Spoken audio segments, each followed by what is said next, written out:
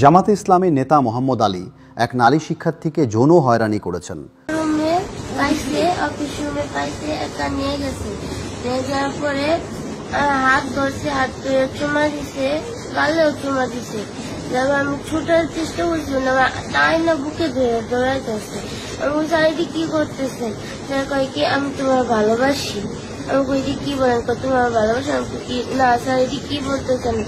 বলার পরে উনি আমার জড়াই ধরে রাখছে, আমি ছিটকে দূরে চলে দিচ্ছি। তারপর লাস্টে ওরা আমার কাছে কি যাইলো, তোমার আমি ওই রুমে নিয়ে যাবো, চলো তোমার অনেক ভালোবাসা দিব। আমি কই কি স্যার এটি কি বলেন, কি হ্যাঁ তোমার অনেক ভালোবাসা দিব। আমি আমার কাছে বলে দিব। মোহাম্মদ আলী হল জামাতে ইসলামের নবাবগঞ্জ উপজেলা সেক্রেটারি। তিনি আইডিয়াল মাদ্রাসার অধ্যক্ষ। আপনি হয়তো ভাবছেন, যারা নিজেদের ইসলামের প্রতিনিধিত্বকারী দল বলে দাবি করে তারা সঙ্গে সঙ্গে মোহাম্মদ আলীর বিরুদ্ধে ব্যবস্থা নেবে, কিন্তু না, তারা বরং শিক্ষার্থীর মায়ের প্রেস কনফারেন্সকে দাবি করছেন একটি রাজনৈতিক মিথ্যাচার।